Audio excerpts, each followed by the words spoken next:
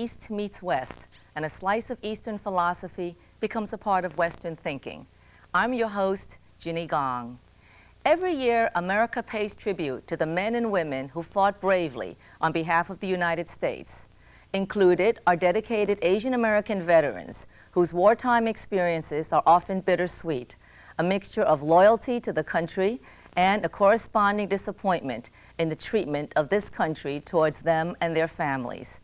Joining me today are two individuals who will share the stories of World War II's Asian American veterans. My first guest went from being discharged from the Army as an enemy alien to being recognized with honors as a member of the highly decorated 442nd Regimental Combat Team directly involved in the liberation of the Jews from Dachau. A warm welcome to Joe Ichiuchi. Welcome, Joe. Thank you. Let's turn the clock back to 1941 when you were drafted. Tell us about that experience. How did you feel? Well, in September 1941, I was drafted, inducted into the U.S. Army, and after the bombing of Pearl Harbor, I was sent to Fort Lewis, Washington, and assigned to the 41st Division. After 45 days, I was suddenly discharged for the convenience of the government. The convenience of the government? Yes, and I was quite surprised that they would discharge me because I had not done anything wrong.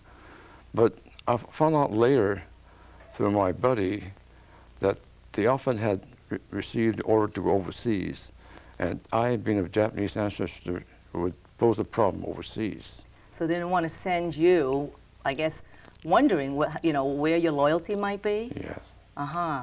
Now, after that, your family was interned. Yes. Where were you interned? We were interned in Poston Relocation Camp in Arizona. Okay. Yes. And at that time, you volunteered, did you Yes. not?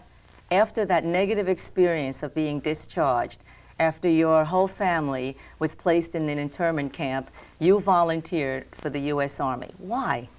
Well, I felt that when the recruiters for the 442nd came to my camp, I was one of the first to volunteer because I wanted to prove that I was a Royal American citizen and wanted to fight for my country, even though I was reclassified as enemy alien.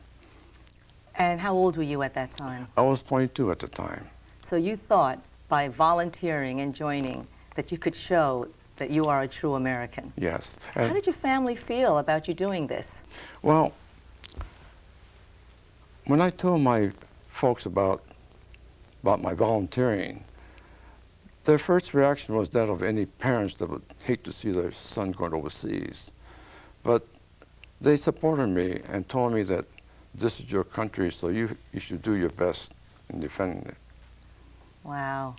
Now, are you the only son in your family? No, I have 4 other brothers and 1 sister in the family. So And were they younger or older than you? I'm second oldest. You're the second Yes, oldest, okay? But you were the first one to volunteer? From the family, yes. Okay. Now, when you went in to this 442nd Regiment, is that primarily a regiment of Japanese Americans, or were there other volunteers there too? The members of the 442nd Combat Team was not all Japanese Americans. At the beginning, most of the commissioned officers were Caucasians. Of course, many of those were replaced by Japanese Americans during the war through field commissions. Okay. And balance of the combat team was made up of Japanese Americans from Hawaii and the mainland. And how large is this combat team? Originally it was 4,500. 4,500? Yes. And I will say, when they asked for volunteers, 10,000 responded in Hawaii, of which 3,000 was used, whereas only 1,500 responded from the relocation camps, because of this. Sure, Yes. you can understand why. And I was one of them. And you were one of them. Yes. That's I don't know if I would say that's great.